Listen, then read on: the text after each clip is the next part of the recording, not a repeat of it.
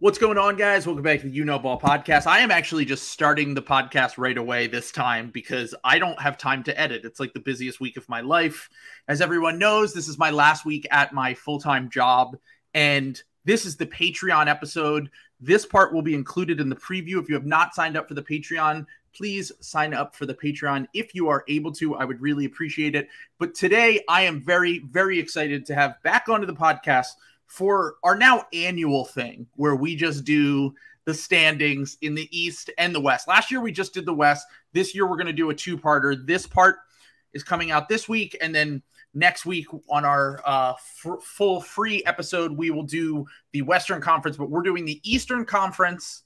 And before we get into that, Rob, we have some Sixers stuff that we got to talk about. Of course. So, by the way, Rich Homie Flom, a.k.a. Rob Flom, you know him, Clippers writer, 213 Hoops, all of that jazz.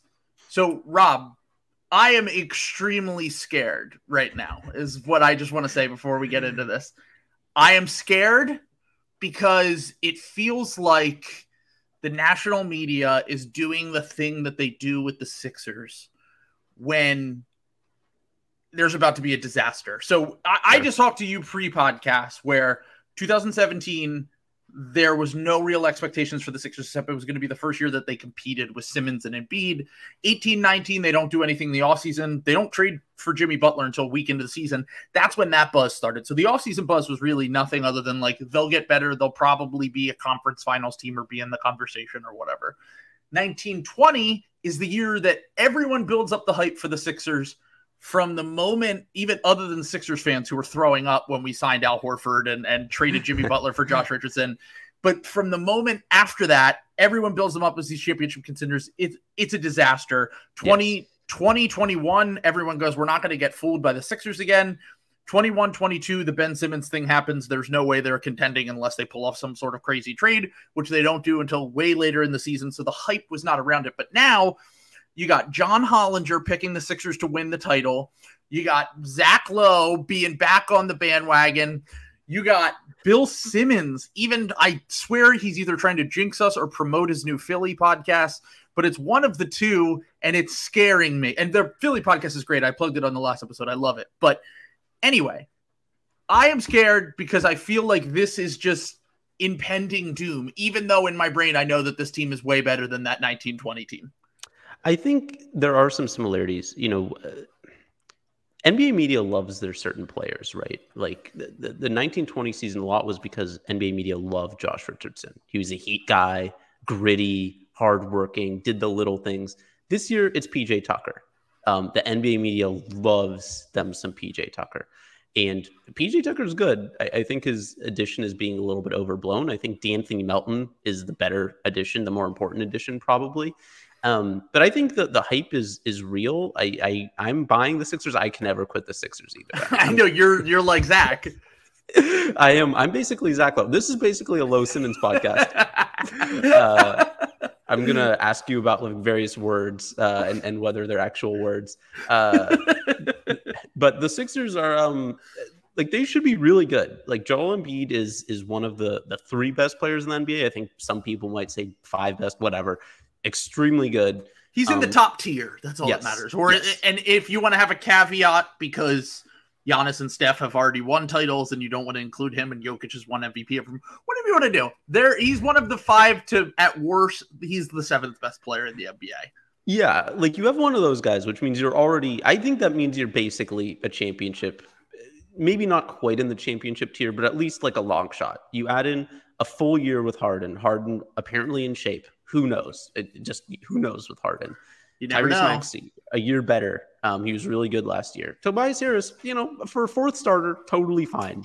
Super overpaid, but totally fine fourth starter. Sure. You have PJ Tucker, you have D'Anthony Melton. These are guys who could slot in. With Melton, that would be pretty small, but you could theoretically do it against some teams.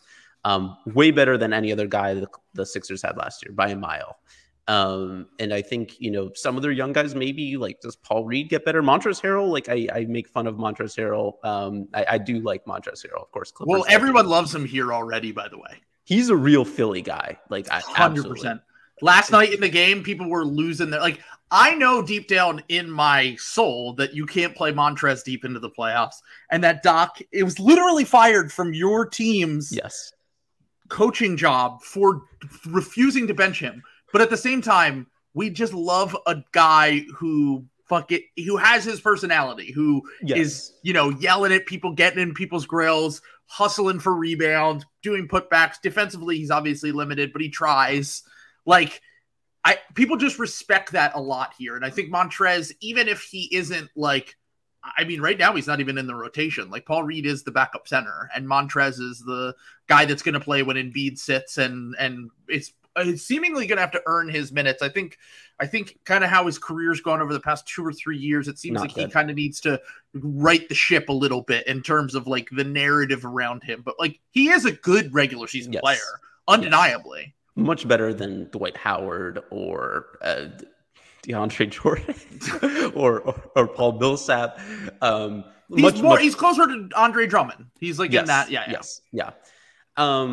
I mean, I love that they're going with Paul Reed because I love Paul Reed. And I think you have to try him because he's a guy who theoretically could play in a playoff series. We know Montrezl Harrell. I mean, Montrez could play in the first round, maybe in limited minutes in the second round. Like, you're not rolling him out in like a conference finals or final series. I think he can play in like a Toronto series. I think he can play in a team that doesn't have a ton of guys that are going to expose him on the perimeter. And like, obviously not the greatest rim protector. Maybe you play PJ with him. That will help in that regard. Maybe you play Thibault with him. That will help in that regard defensively. But then you're giving up a little bit offensively. It's going to be a hard thing to figure out. But I like Paul Reed definitely better as a two-way option. Yeah, and I mean, you have Paul Reed. Like, I know he's like on the fringes of the roster. I still love Isaiah Joe. Like, give me Isaiah Joe. It seems like he's actually going to make the team, which we were worried that he was not going to. Yeah, he should. Like, they have depth. I mean, it's not the Clippers depth. I have my own issues with the Clippers. I mean, the Clippers run like 12 deep in like actual good NBA players, which is crazy. Yeah. But they have actual depth. And last year, the Sixers' biggest issue for all the talk about Doc and Harden, it's that they had like 4 good NBA players. That was the biggest issue. It was pretty much it. Yeah. George Niang was like our 5th best player, and he literally should not be playing in the playoffs at all. Yeah, he's like a 10th man, and he was, I guess, after like a senior citizen. Yeah, after Danny Green got injured, he was their 5th best player, which is like, you can't win that way. You just can't win that way.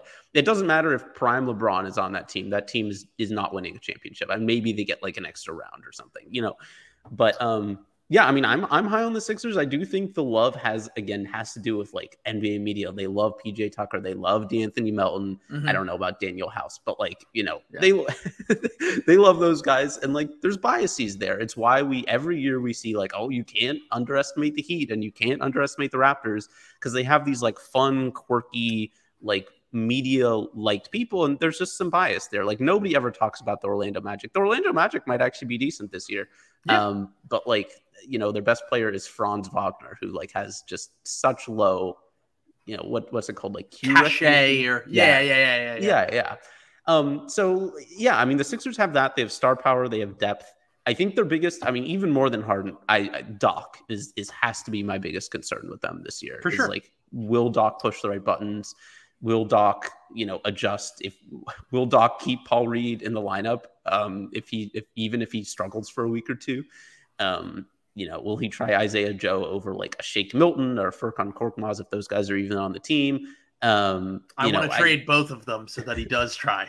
Like that's the thing is like, I feel like it's almost like it has to be a kid glove situation where Morey's just like, okay, we're going to take away Doc's favorite toys that he relies on. I will say, like, look, Thibault's a good solid regular season player. Korkmaz has his moments in the regular season. Shake is the only one that has weirdly had like legit playoff moments, like the Hawks game where he got, he's a very streaky shooter, but he can be a guy when the Sixers were starved for shot creation that can come in off the bench and get you a bucket, which is something that the past teams really, really needed. And actually in one of the closing games in the Heat series, he was one of the only guys that really showed up from like an intensity standpoint. Yeah. So like Shake, he's another guy that I've never really been able to quit. I don't really see his fit with this roster as much as I did before. Like, when you have no one who can dribble, shoot, and pass, Shake is an incredible bench option for a night you just need something to get the wheels going.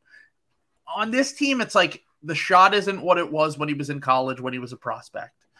The ball handling is good. It's not great. He's not hyper athletic. He's not a great defender. He tries, but it's just not really like his forte. He's long, so he can sometimes get in passing lanes. But like the thing with Shake that like I just feel like a guy like Isaiah Joe, or if like they were to make a trade for like Justin Holiday or like someone that's like a bit more of a gunner, a Reggie Bullock, if the Mavs are a disaster. Malik Beasley. Yeah. Malik Beasley, if he was better on defense, would be a fantastic fit with this team, really. But like he would be a fantastic fit on a lot of teams if he were better on defense. Yeah. But having a chucker like that is kind of like, look, DeAnthony Melton can't fucking hit a shot right now, but it's been absolutely amazing just to have a guy who just catches, shoots, and like as much as I love Danny and what he did for us, like Danny was a very specific shooter. He's like PJ. He's like deadly from the corners, especially at this point in his career. He's taking less above the break threes. He's not shooting off movement as much.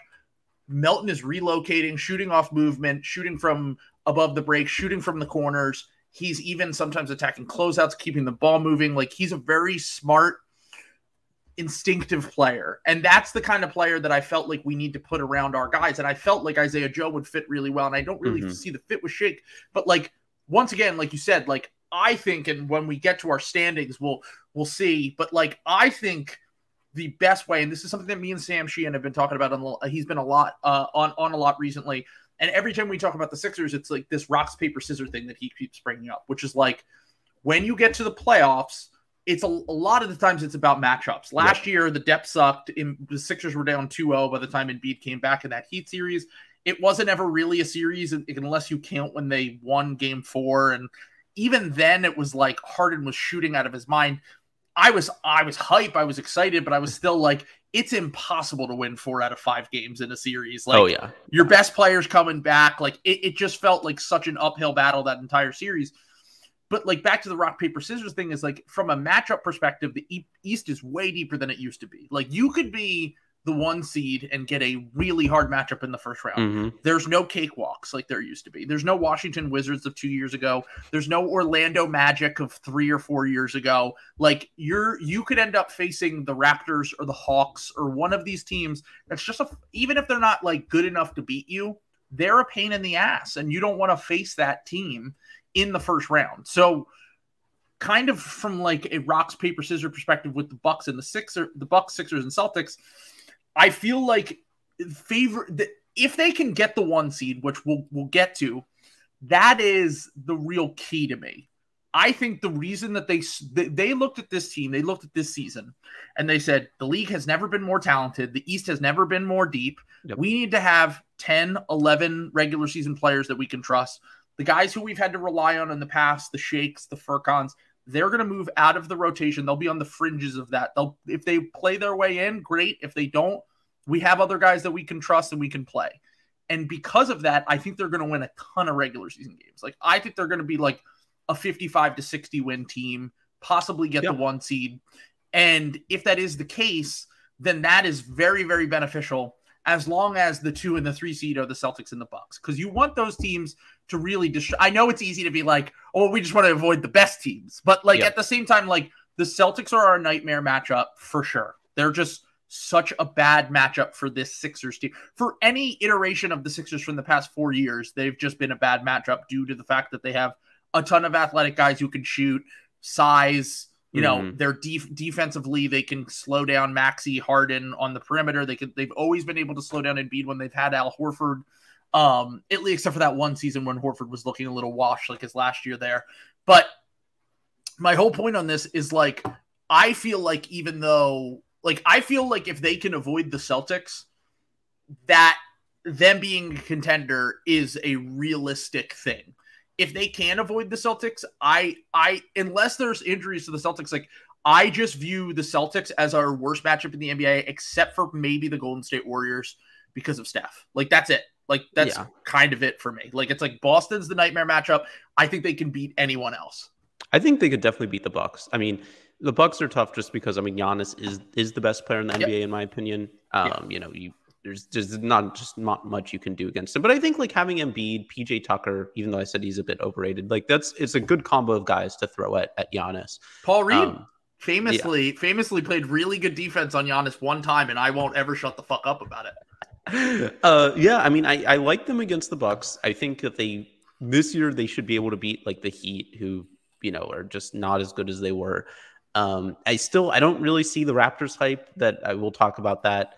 I mean, I think those three, the Nets are the great wild card, of course. But a Sixers Nets series would be just absolutely incredible television. It might be like one of the best rated series like in recent NBA history. 100 with all the storylines. Ben Simmons having to come to Philadelphia, play in Philly. James Harden having to go back to Brooklyn, the team that he quit on. Like it would be spectacular. And it would just be a really good series as a basketball fan as well. I would have no idea who would win that series. You could tell me either team would sweep the other team, and I would not be shocked in that series.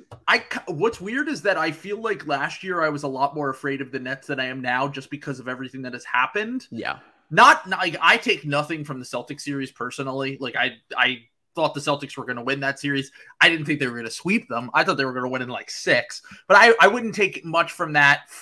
I felt like it was really a worst case scenario type series for the Nets. I don't think that that's a reflection of who they are. So I would like the Sixers' chances against the Nets this year better than I did last year, just because I feel like even though offensively I think the Nets are going to be awesome, look, it's one preseason game. I'm not going to take a lot from that. But like the Sixers were missing 3 starters, and obviously defense is a lot of effort. And your playoff defense, especially in the second or third round, is going to be way different than what it is in the preseason. But I still see a lot of the structural defensive issues with the Nets. And if they want to remedy any of those defensive issues, they're going to have to play Ben Simmons with the traditional center, and that's going to mess up their offense. So that's kind of how I look at it. I don't love the roster construction there unless they can figure out a Ben plus shooters lineup and make it work, kind of similar to how Ty Lue used to do it with Marcus Morris at the 5 and like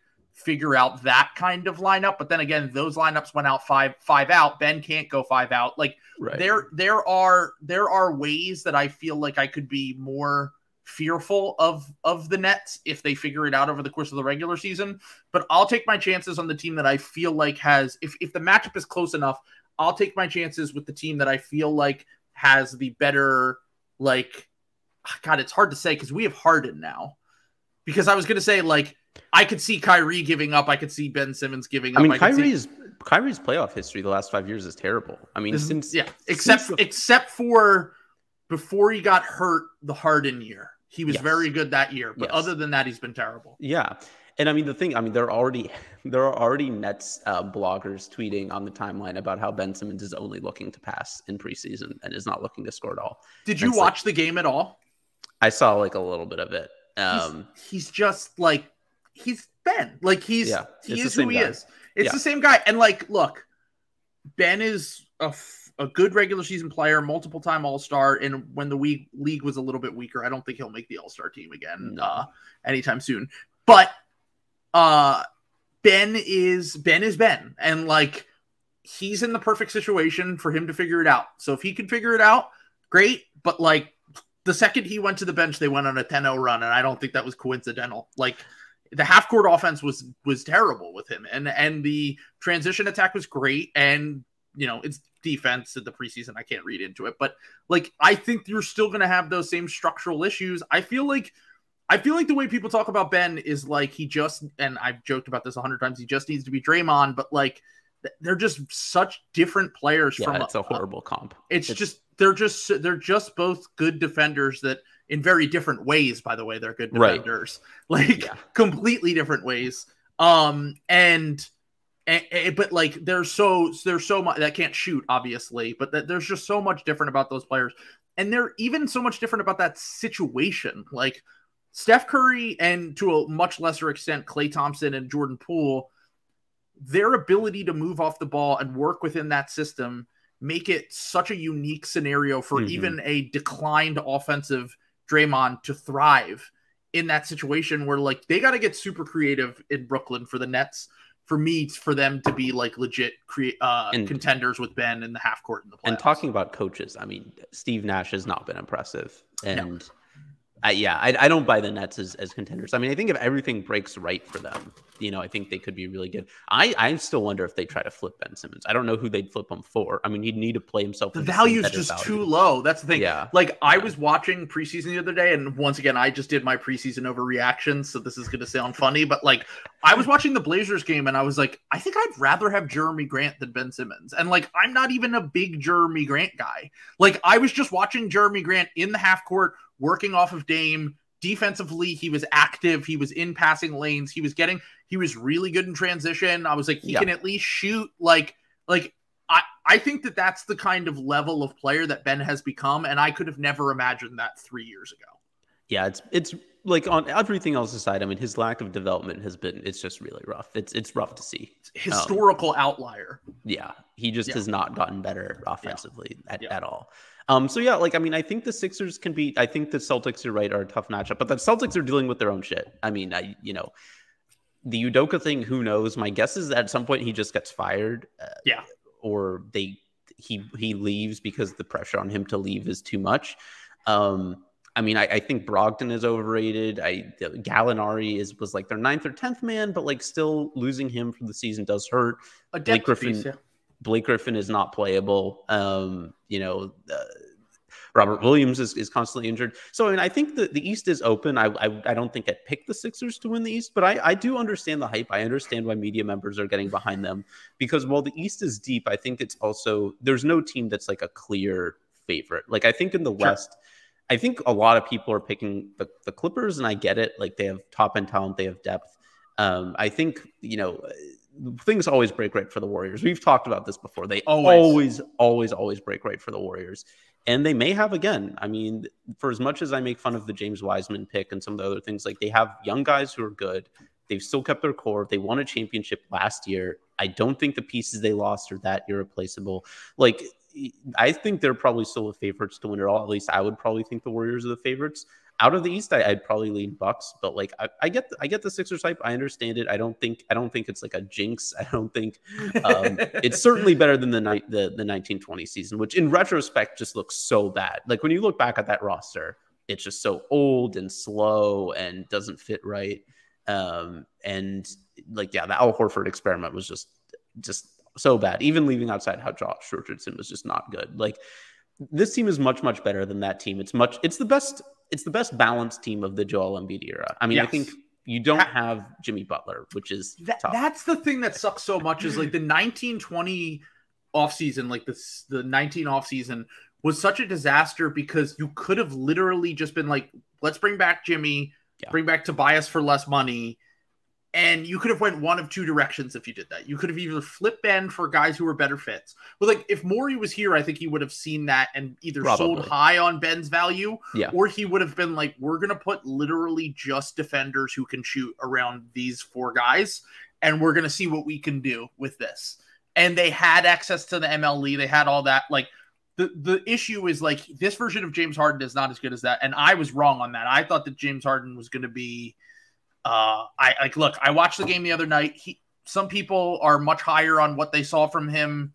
He looks the same to me. He looks the same to me. And like, it's not to say that he looked horrible. He just looked like a slower, compromised version of the James Harden that we've seen in the past.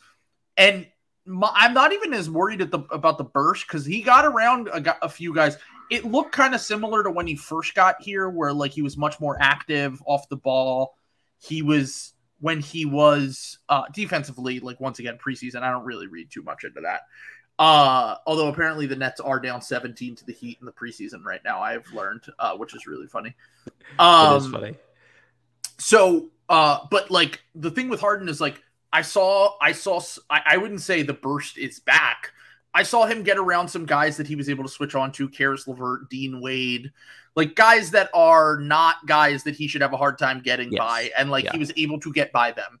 Okay, that's at least a positive development. Last year, at a certain point, he couldn't get by fucking anyone. So there's at least incremental progress, but I'm not going to get excited over him doing what he's supposed to do. And the real fear for me is the finishing and the lack of counters. Like the finishing is so bad. Like he just flails for foul contact now. Yeah. And when he's at least created some counters, like he has his little step back mid-range game now.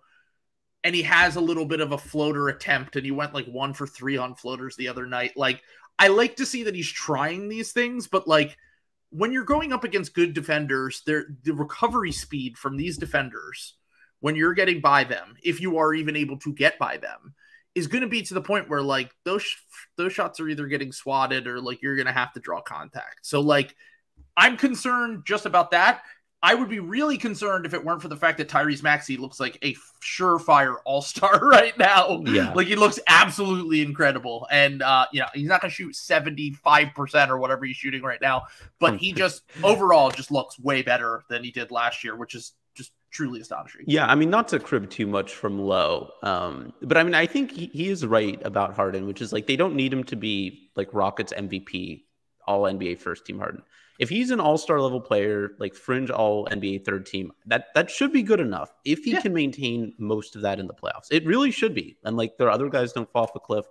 Obviously, it all rests on Joel not getting injured again, which, fingers crossed he's actually healthy for a playoff run. It would be great to see him do that.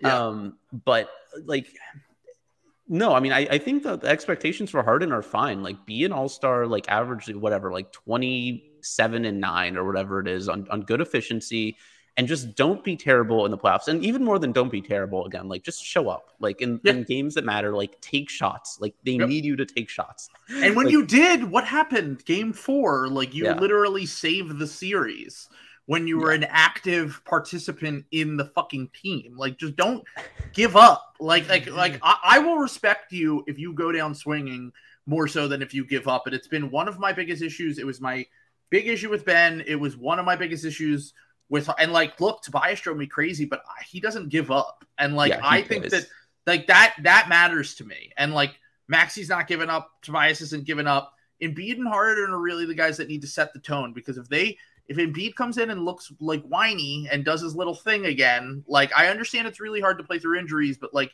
if you're that injured, you probably shouldn't even be playing in the first place. He shouldn't have been playing. I don't think. Agreed. Totally agreed. But like, he does this every year. He gets hurt every year, and then like they need him, but at the same time, like his attitude when he is hurt, like it does bring down the vibe for sure, to say the least. I mean, I think like they're nothing without him. So this year, I mean, I think in the regular season, if it's just Embiid out, like you have Harden, you have Maxey, you have Harris, and you have Reed and Harrell, theoretically, I think they could still beat like a lot of teams without Embiid this year. I mean, are they going to beat like marquee teams without Embiid? Probably not. But like, they can win. If you just took Embiid out of this roster, they would probably be like a 500, maybe a bit above 500. I was going to say 40 wins. Like, so play-in team. Like, I think they should keep Embiid healthy and rested, and give him the Kawhi Leonard like load management treatment a little bit. It seems like they're going to do that. So. Yeah, they should. So I mean, I think things are kind of lining up, for the Sixers, but it's a long season, and you just never know. Like the Celtics 3 weeks ago looked like everybody had them as the finals championship favorite. Sure. And then now it's just like, maybe not. Maybe they're not even home court advantage. And we'll talk about that. But yeah, which is, let's save that for a little bit. But